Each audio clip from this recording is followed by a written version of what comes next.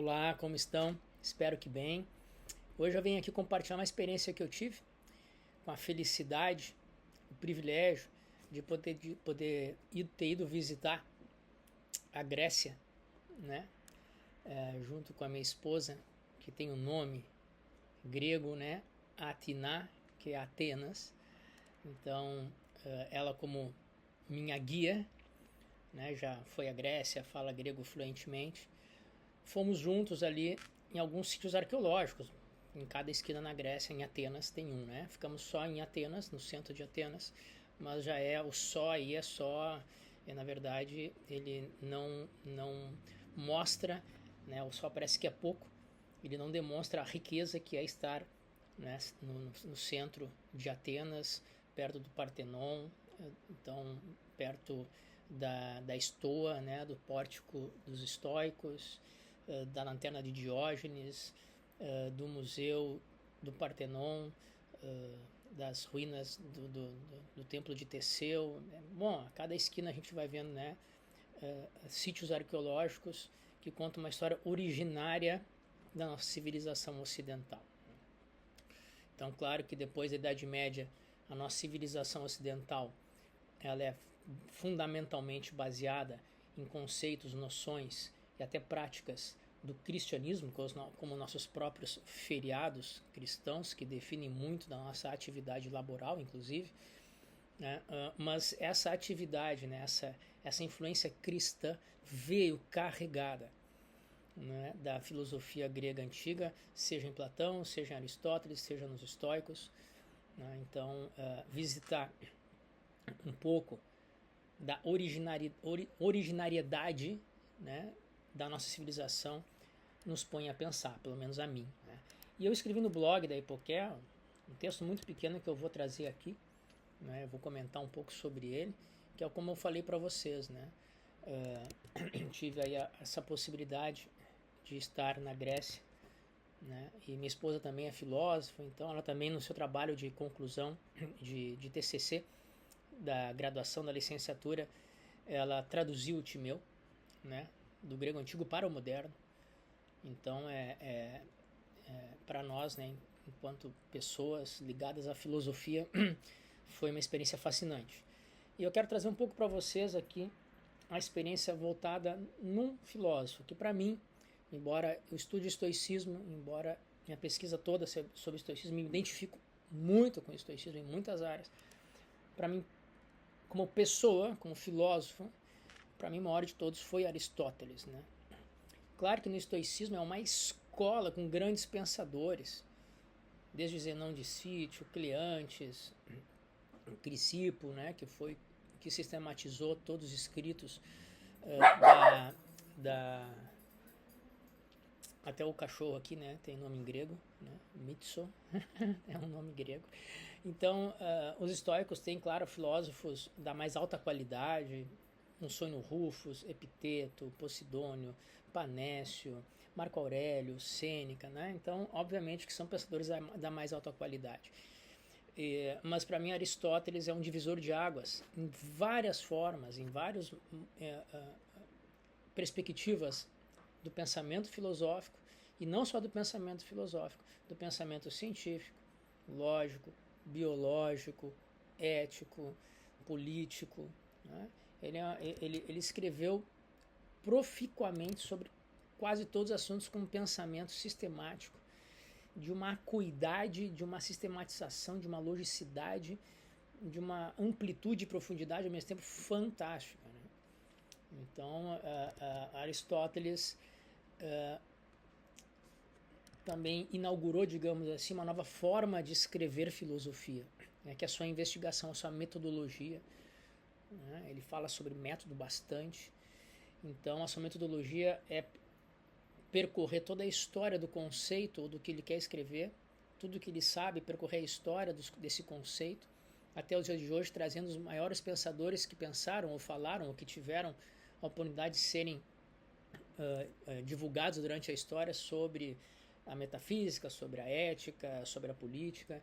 Parece que para escrever, aqui até eu comprei lá, né, a política de Aristóteles, né, em grego antigo e em grego moderno, ele leu não sei quantas constituições, né, a Politeia de Aristóteles, para poder escrever sobre o que é uma politeia, o que é uma política, o que é uma constituição, formas de governo. Ele leu sobre tudo que havia sobre política. Assim, ele faz investigação sobre ética, sobre metafísica, que sempre traz os grandes pensadores ou sábios da antiguidade e o que disseram sobre elas. Então, essa é uma forma nova de fazer filosofia, de escrever sobre filosofia.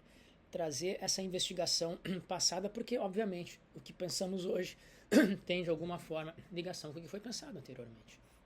Por isso que filosofia e história estão amplamente, né, ligadas uma à outra. Não podemos fazer filosofia desconsiderando, né, a história desses conceitos, a história dessa ideia, a história desses livros, né? Então, Aristóteles traz essa nova forma de pensar. Na metafísica ele faz a mesma coisa. E isso, para mim, mostra, né, que pensar bem é uma investigação, né, é fruto de uma investigação ampla e profunda. E não é assim uma inspiração. Eu li uma frase, agora tem uma inspiração filosófica, vou filosofar sobre isso. Tem que ter conteúdo anterior, né? Então, a inspiração filosófica, o insight filosófico não vem do nada, vem através de um grande esforço intelectual, investigativo, de pesquisa, né? E nos mostra isso Aristóteles. Quem pensa que filosofar é um ato aí aleatório, sentar no bar, tomar cerveja e falar sobre tudo, quase com uma inspiração natural, ou alguma coisa com uma vocação intelectual, tá pensando uma filosofia, né? Uma atividade firme, sustentada, mentalmente, intelectivamente, sistemática, requer esforço, tempo, pesquisa, investigação. E isso nos mostra Aristóteles em todas as áreas que ele escreveu, desde a biologia dos animais, da astronomia, da ética, da física, da lógica, da metafísica, da política, da estética, da poética, de tudo. Né? Ele abriu o guarda-chuva, né, o leque de possibilidades, que depois essas possibilidades de pesquisa foram se especializando sobre a psicologia, sobre a alma, né, que ele escreveu. Então, isso foi se especializando sobre os minerais, sobre a geologia. É impressionante, sempre com esse pensamento crítico, sistemático, firme, sustentado, tentando sempre buscar as causas daquilo, né, ou nas investigações dos filósofos passados, e quando chega no momento ele mesmo dá a sua conclusão a partir de dados. Que dados? Esses dados que ele recolheu do passado, né? Então, uma coisa muito importante que nos mostra Aristóteles, que filosofar é filosofar baseado em dados da realidade, né? Seja uma realidade intelectiva, seja uma realidade física, né? Então, esse espectro de pesquisas que ele abriu, depois na história foram se especializando. Ele falou de mecânica, de zoologia, já falei, né? É impressionante a partir dessas investigações, né, que ele fez. Também se desenvolveu muitas coisas que são usadas até hoje, como a lógica, como taxonomia, como método científico. Mas já foi refutado em várias questões, isso não importa. Obviamente que o pensamento está vinculado a seu momento histórico e, obviamente, que o pensamento avança algumas vezes para frente, outras vezes nem tanto para frente, mas avança, modifica e vamos atualizando os nossos pensamentos, né? Então, para mim, o Aristóteles é um dos filósofos, é um divisor de águas, né? Entre um antes e um depois. E quando eu estive lá no Liceu de Aristóteles, que hoje são só, né, pedras, ruínas, ali onde ele fazia o peripatos dele, onde ele andava conversando e anotando, seus alunos anotando, chega a dar até uma inspiração para pensar que naquele lugar, naquele calor, naquela dificuldade que era a vida antigamente, né, uma dificuldade material incrível, obviamente que eles não tinham o que nós temos hoje, né? Então, apesar de todas as dificuldades, o pensamento sistemático, inquiridor, aquele talma, né, aquela admiração filosófica, fazia com que pessoas como Aristóteles, Platão e outros, né, mas aqui falando de Aristóteles, tivessem essa capacidade, né, de investigação e de escritura, né, e também, obviamente, de leitura. Sabe que na época de Aristóteles, ele era considerado o leitor. Então, ele lia muito, mais uma noção importante, como é importante para escrever e pensar, ler. Ele comia livros, literalmente, ele é o leitor. Quando caía na mão de Aristóteles, ele lia, né, e não uma leitura, obviamente, superficial, mas com esse pensamento sistemático, de divisão, de taxonomia, de vídeo, não sei o que, abre abre gêneros e espécies do pensamento. Né? Então, na época dele, ele era considerado, até na Academia de Platão, que ele foi aluno de Platão durante 20 anos, eu acho, um pouco mais, um pouco menos, ele já era considerado o leitor. E depois, na Idade Média, pelo Tomás de Aquino, ele acabou sendo considerado o filósofo, né? Com O maiúsculo e F maiúsculo. Tamanha importância que Tomás de Aquino deu ao pensamento do Aristóteles, claro, tentando fazer uma comunhão entre razão e fé, né? Mas independente do projeto de Tomás de Aquino com Aristóteles em função da fé religiosa, Tomás de Aquino também é um super extra grande pensador sistemático e considerava Aristóteles o filósofo de todos os tempos, assim como eu também considero. Então ele teve influência nos teólogos da Idade Média, depois na Idade Moderna, contemporânea, até hoje, os grandes filósofos da atualidade, Heidegger, Husserl, Michel Foucault, vou deixar a gente de fora aí, Franz Brentano, muitos desses filósofos que são da contemporaneidade, né, Descartes, voltaram a Aristóteles.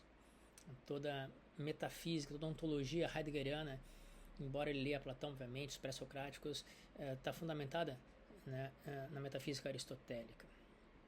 Husserl voltou a Aristóteles.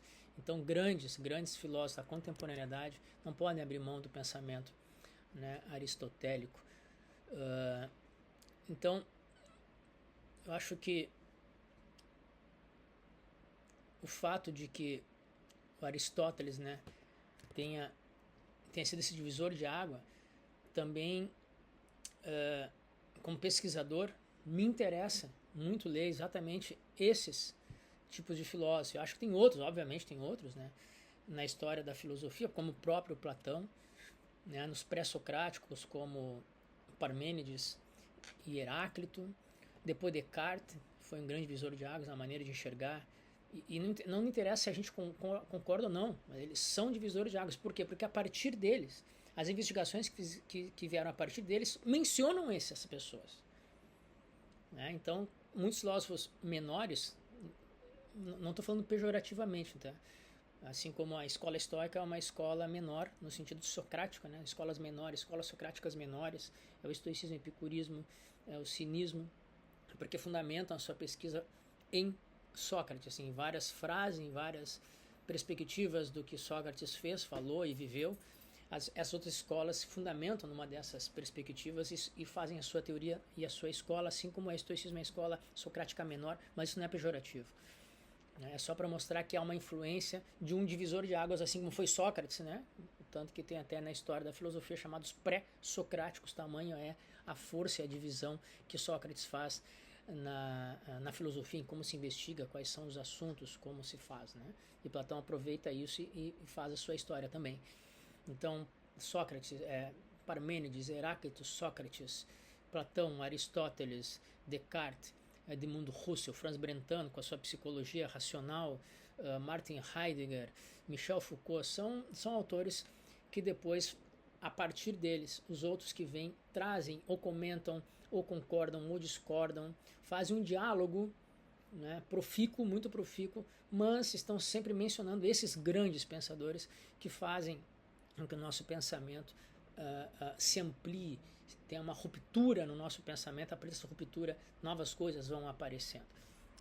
Então, para mim foi uma experiência única, né, inesquecível e inspiradora para a minha vida, eu acho, pessoal, estar ali né, participando, vendo ali, participando não, mas andando na Academia Platônica, que infelizmente que está num parque, está completamente jogada, não há uma placa em sinalização, não há um busto de Platão, não tem nada escrito. Nós ficamos sabendo pela internet que nós estávamos pisando na Academia de Platão e ali tem as ruínas, mas é uma pena que está completamente jogado. Muitas coisas, infelizmente, estão ainda mal sinalizadas, né? Tamanha a importância cultural para nossa cultura ocidental que tem, é uma pena que a Academia de Platão esteja tão jogada. O Liceu já está um pouco mais organizado, já tem que pagar para entrar, né?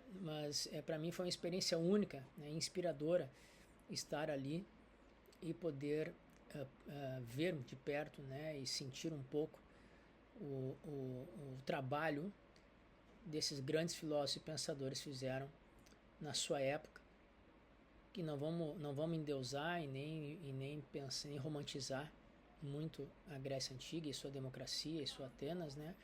Eram difíceis, eram um povo de guerra, muitas pessoas passavam fome, não tinham conhecimento científico, nem científico de natureza, né? E nem científico sistematicamente falando de muita coisa, embora tivessem, apesar de tudo isso, por causa de tudo isso, apesar de tudo isso, eles tiveram uma proficuidade de pensamento em várias áreas, e a matemática é uma delas. A gente poderia compreender muito da racionalidade grega filosófica estudando a matemática, né?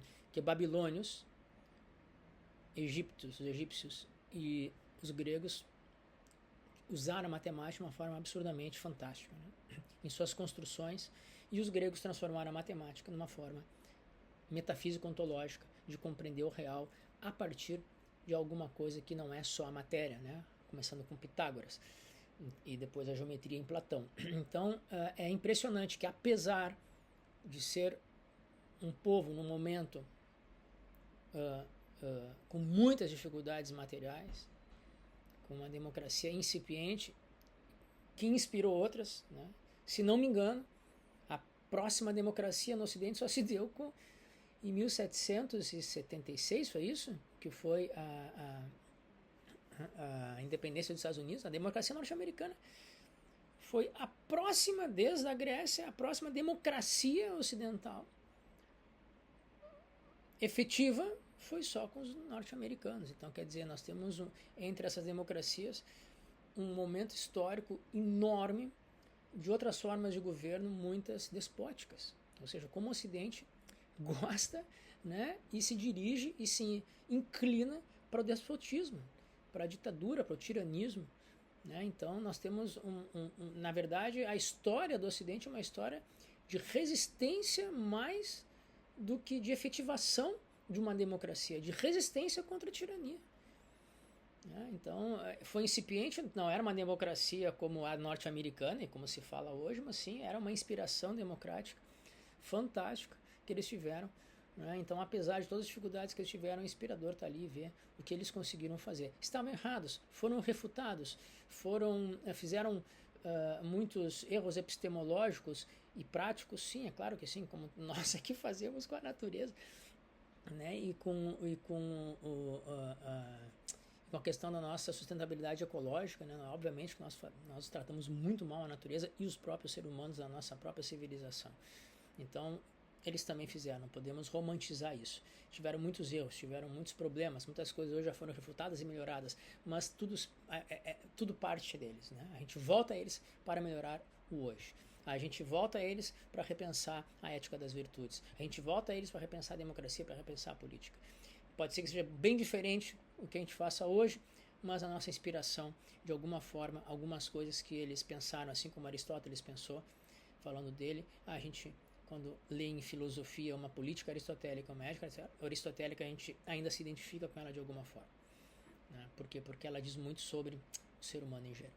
Bom, esse é o recado de hoje. Na verdade, é uma partilha com vocês de um momento que eu acho que eu passei que foi muito especial e que eu transformo aqui em informações para vocês sobre o vídeo. Leiam a Ética Nicomo, que é um livro bom de ler. Eu sei que ele é denso, mas mesmo sem a densidade que nós temos filosófica, né, para compreensão um pouco mais ampla da ética que Aristóteles traz, lê-la faz uma identificação, assim como o estoicismo, né? Mesmo a gente não compreendendo o estoicismo de forma ampla, quem lê o estoicismo tem uma identificação com a vida, com a existência. A Ética de Aristóteles, Ética Nicômaco, é um livro muito tranquilo de ler, muito próximo daquilo que é a nossa existência ainda hoje.